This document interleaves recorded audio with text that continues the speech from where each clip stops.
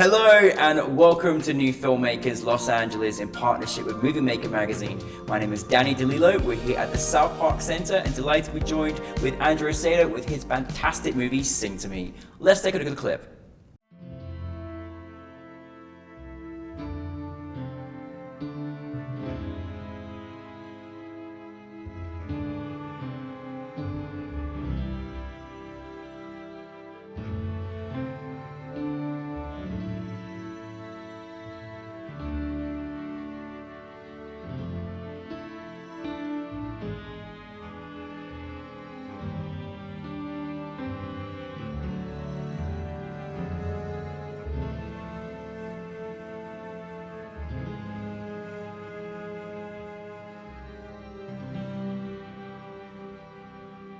Ray,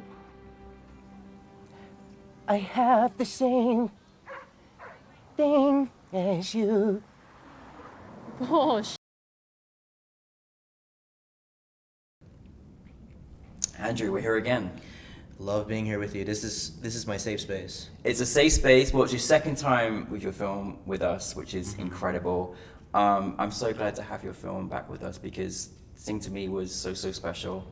And I'm so glad that you made it, and you're very much part of our family at New Filmmakers, so thank you for doing it. Thanks, Danny. For those that haven't seen your film, tell us a little bit about it.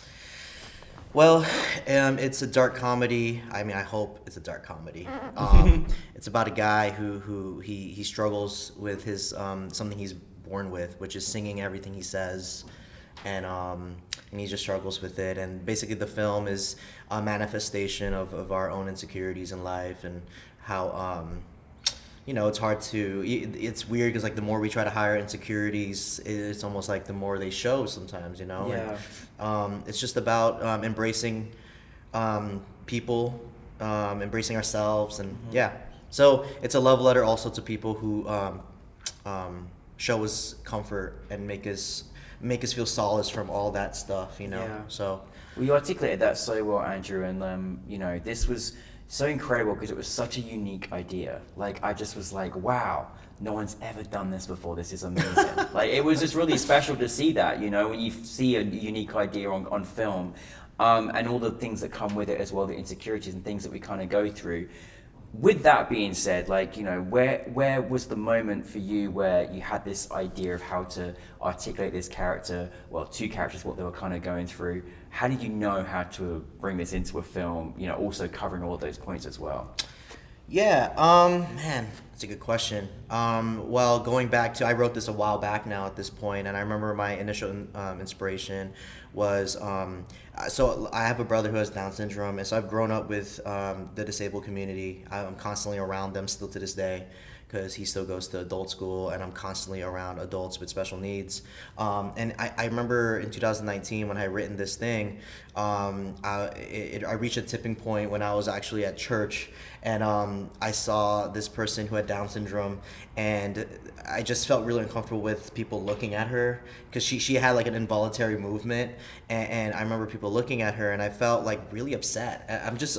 I felt that my whole life, but I remember that was like a tipping point because we're in freaking church, you know what I mean? Yeah. So I felt really weird, and then I started writing this thing, and for some reason I instantly went to a person who sings everything he says because I just feel like that's kind of cinematic, I guess. Yeah. And it's also kind of quirky, and it could be darkly comedic, especially when he says lines like "I like weed." I think it's kind of funny. But then it's funny because when I started writing it and I started making it, I realized the real reason I made it. I feel like we all think we're making a film for one reason, but when we really dig deep, we really find out like the sole reason why we're making it. And I realized that I'm actually the one who feels like the main character in the movie constantly. Like I have social anxiety. I am very insecure a lot. So it's actually my brother who is my best friend, and my brother, even if he doesn't like understand me like fully, he's the one who gives me that safe space. Like I could have the worst day in the world, but I'll see him and it just all goes away, and I'm in the moment with him, and so it's dedicated to him. And I just want people to watch it and remember those people that make them feel like home. You know. You're the best brother. You two are just have such a great bond together. It's really special. Thank you. Well, also there's also a reoccurrence of I guess like Tim Burton found his Johnny Depp or something, Yeah. you know, or you know you found your person as well, Raphael. So he played obviously in your last film, in Sad Poet, and so this film. Did you say, is he your go-to? Because he's very, very good at what he does. He articulates film very well. Yeah, I think he's my muse. You know, I love him so much as a human being. We have similar tastes in art, and we have like similar sentimentalities and sensibilities. And I just love him as a human being. So working with him is so fun.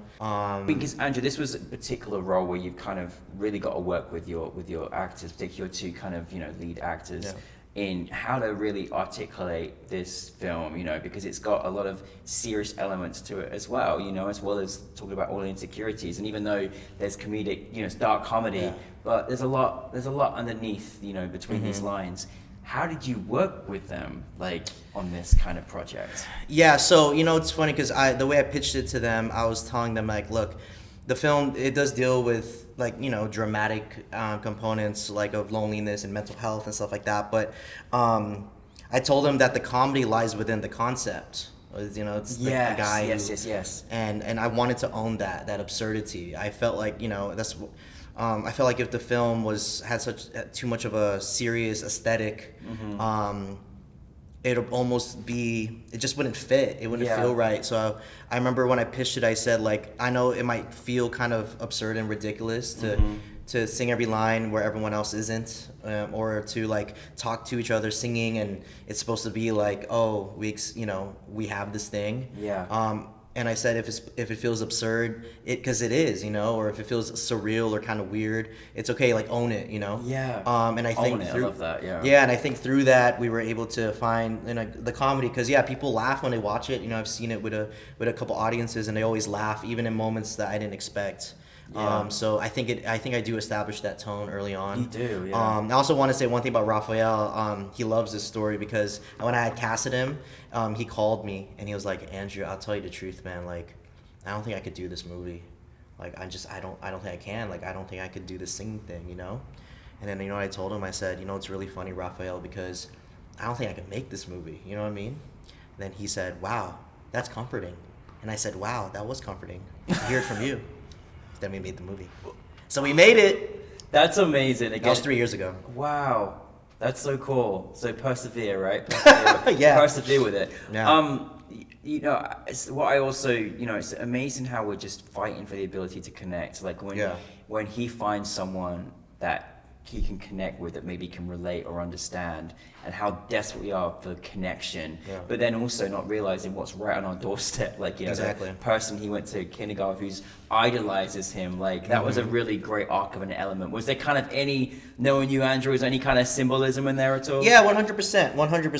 Like, with the last film I made and then this film, I feel like I do have this like common theme that I don't try to do, obviously, but where it's like of characters who try to escape like their lives for for something greater or something to really bring get them out of their slump. But it's right in front of their face what they actually need, and a lot of us don't see that because we're too caught up in like trying to find something extravagant.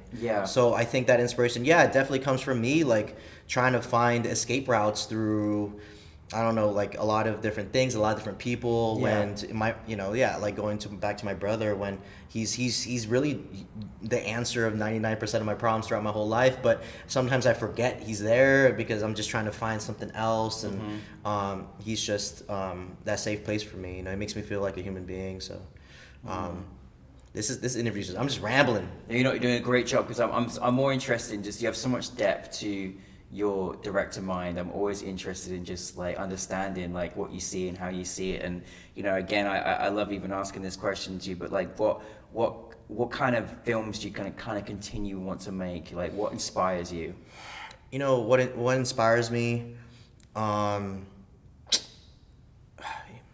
Well, I do want to keep making films about mental health struggles because I deal with my own mental health struggles, and I want to always put a comedic lens to it because I feel like shows like BoJack Horseman and like shows like Atlanta and Rami and films like Everything Everywhere All at Once, which I just saw, like or even like Licorice Pizza, or movies like that, like it deals with heavy issues, but it's comedic and fun and absurd even. I like absurd surreal stuff that really plays with the form, like I'm really inspired by those things, and I'm also really inspired by my Filipino American upbringing and being a first generation Filipino American, and that's I want to make films about my culture and about my parents' immigrant experience, et cetera, et cetera. So those are the kind of stories that I hope to be able to tell into the future. You always have fantastic people that come to your events, Andrew. I don't know where you get the support from, how much you're paying them, but they're brilliant. A lot. I'm not going to disclose that number. It's real bad. But it was so wonderful to see the audience react. How was the experience at the festival for you? Man, look, I'll be straight up on, like, it's hard for me to watch my work with that big of an audience, just because, like, it's seriously, I'd rather stand up there with no clothes, literally, like, sometimes, and show my film that is so precious to me and my team. And so yeah, it's difficult, but to hear them laugh and hear them react in moments, and those moments of stillness that I really want to be still, and you're in a room full of people but you could hear a pin drop, like those moments are real special. And there's nothing like being in a theater. Like, to me, it's like a spiritual, even like religious experience, being in a movie theater with people and everyone reacts to something in unison. It's like, that's how you connect with people. It's like, oh my God, I'm like crying right now and you're crying too. Like, we're human beings, so that's super cool. So I love that. And I loved not just, watching my film, but just seeing the other films too. Like, cinema is alive and well. Yeah, no, it really is. Now that you've made this film, and obviously this is the second we've had at New Filmmakers, what have you learnt mostly from this project? Is there anything kind of new from a filmmaking, emotional standpoint? So what have you learned from it? I've always known, I've always heard that, like, when you make a movie, you have to compromise a lot. But through this process, like, everything is a compromise, like everything. And because you have this vision in your head and you get to set, and it's like 3-dimensional, and you're dealing with human beings and personalities and egos and lunchtime and the sun and no air conditioning, and your vision will eradicate, and you have to kind of come up with a new thing when you get there. You do want to obviously have a basis in mind, but to answer your question, I think I really solidified that, like, you just have to be ready as a director when you show up on set to just compromise, and not compromise like in a bad way, right? Not give up your artistic art integrity, but you just have to know that you're just gonna have to do that sometimes. Absolutely. So okay, so by the sad poet, if I'd sing to me, what's next?